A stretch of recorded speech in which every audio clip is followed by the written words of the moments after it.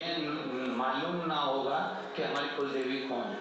नहीं तो ज़्यादा से ज़्यादा लोगों को तो ये ज्ञात रहता है कि आपकी कुल देवी कौन सी, कुल देवता कौन से, आपकी कुल देवी का स्मरण क्या है, आपकी कुल देवी का नाम क्या, आपकी कुल देवी का स्मरण चित्र क्या है, उनको ज्ञात होगा।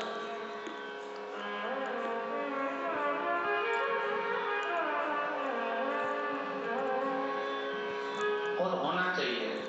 शिव महापुराण की कथा कहती है जो कुल देवी है ये क्या देती है और आपसे लेती क्या है। आप जितने देवी देवता की आराधना कर रहे हो, आप जिन देवियों की आराधना कर रहे हो, आप जिनकी स्मरण पूजन कर रहे हो, वो देवता, वो भगवान आपसे लेता क्या है और आपको देता क्या है।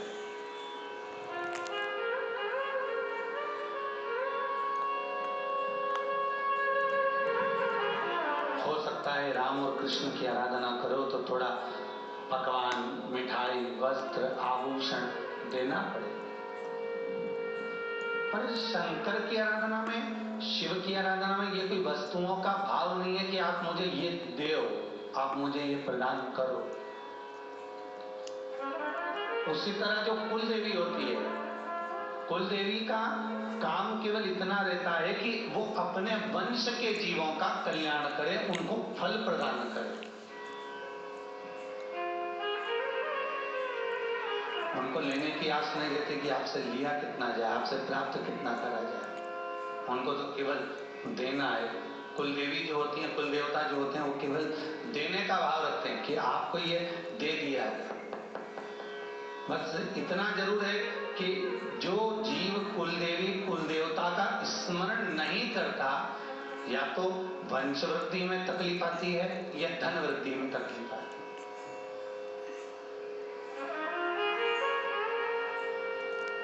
और निवेदन करूंगा, मान लो आपको आपके कुल देवी का नाम नहीं मालूम, मान लो आपको आपके कुल देवता का नाम नहीं मालूम, तो फिर आप शिव और पार्वती को कुल देवी देवता के रूप में भी स्मरण कर सकते हो, जैसे सुयशा कर रहे हो। जैसे सुयशा कर रहे हो, सुयशा का नियम, सुयशा का स्मरण, थोड़ा आवाज बढ़ेगा, सुयशा का जो क्रम है, वो माँ जगतजननी जगदम्बा अम्बा की आराधना, और माँ जगतजननी जगदम्बा की आराधना करने के बाद में भगवान त्रिकालदर्शी, कैलाशी, अविनाशी भगवान शिव की आराधना करें।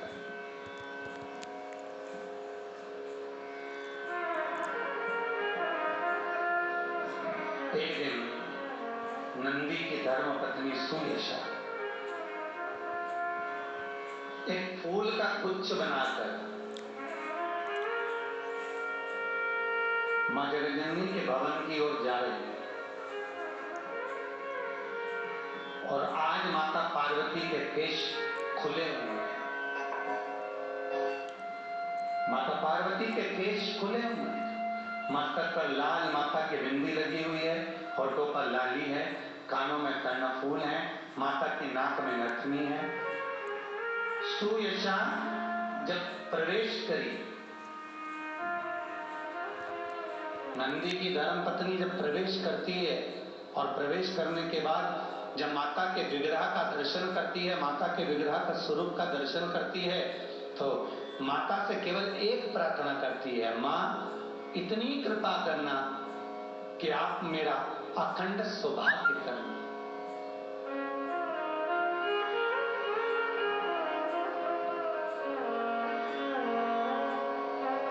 एक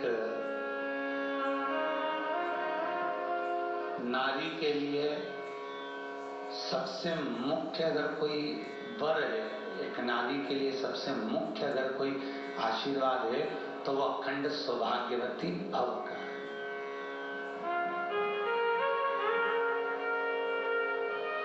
भले वो पति का मान करे ना करे, भले वो सम्मान करे ना करे, भले वो पति को परमेश्वर माने ना माने, पर नारी का जो भाव तत्व है, स्त्री जो मांगना चाहती है, बस वो मांगना चाहती है अखंड सौभाग्य भाव।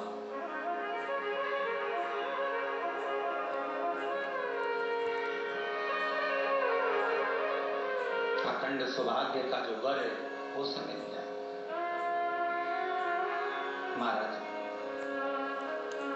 मां पार्वती जी बोली, अरे सुयशा, तू कह रही है कि ऐसा वर मिल जाए कि अखंड सौभाग्यवती हो। सुयशा, मां जगज्जननी पार्वती जी कहती हैं कि तेरा पति नंदीश भगवान शंकर का इसे वर प्राप्त है कि ये अजर अमर है। जैसे शिव तत्व में अमरता है उसी तरह इसमें भी अमरता रहेगी।